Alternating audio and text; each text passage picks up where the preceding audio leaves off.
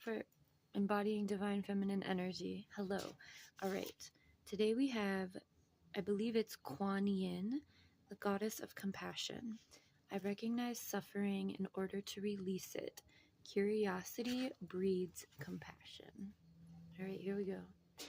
Quan Yin represents the presence that listens deeply to our prayers spoken from the heart. Quan Yin or Quan Yin is an incarnation of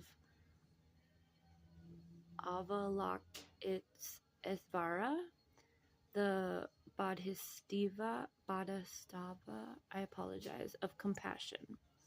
She is known as the goddess of mercy and is considered to be the most beloved Buddhist deity. Her name translates in Chinese to the one who perceives the cries of the world. She is often compared to the Virgin Mary in Christianity because she intercedes on behalf of those who call out to her with humility and sincerity. Scholars believe that the Buddhist monk Kumarajiva is the first to refer to the female form of Quan Yin in his Chinese translation of the Lotus Sutra in 406 CE. She is associated with the number 33 because she appears 33 times in sacred text.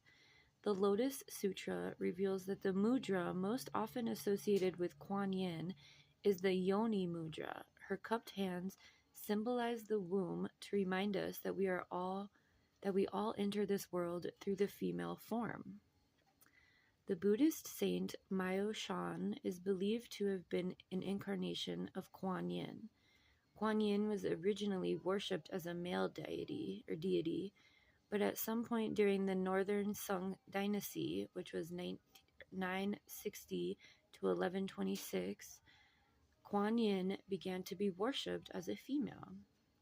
Myo Shan is believed to be the cause of this transformation. The legends of Myo Shan, I hope I'm saying that right, I apologize, contain beautiful accounts of her saving sailors from drowning, just turning the page, in rough seas. Quan Yin is associated with jade because of its protective properties. In this case, it is said to help with going underwater, both literally and figuratively, drowning in the ocean or in a flood of emotion.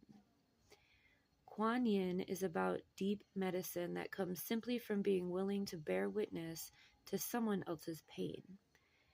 To really listen when we have to move from the ego to the soul so that the story we are listening to doesn't become about us or trigger us. I'm going to say that one more time. To really listen, we have to move from the ego to the soul so that the story we are listening to doesn't become about us or trigger us. This also applies to the moments when we are listening to the story we tell ourselves about who we are. We are often far harsher and less forgiving to ourselves than we would ever be to someone else. Quan Yin suggests that we listen simply with curiosity.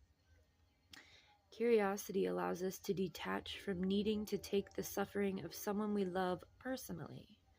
Curiosity is a door that leads to compassion. It frees us from feeling as though we have to react to what we hear or defend and explain our part in the suffering. We can just perceive the pain that we are in or that they are in. Or we can finally hear our own cries of despair and not seek to judge or justify them. We can just be present to what needs to be heard. Quan Yin is a powerful energy of giving witness to our own or to someone else's suffering. Often, just a calm, abiding presence of compassion is all that is needed to transform that suffering into clear light. The meditation associated with Quan Yin is, what pain or suffering can I listen to now with curiosity? And again, the intention, I recognize suffering in order to release it. Curiosity breeds compassion. Have a good one.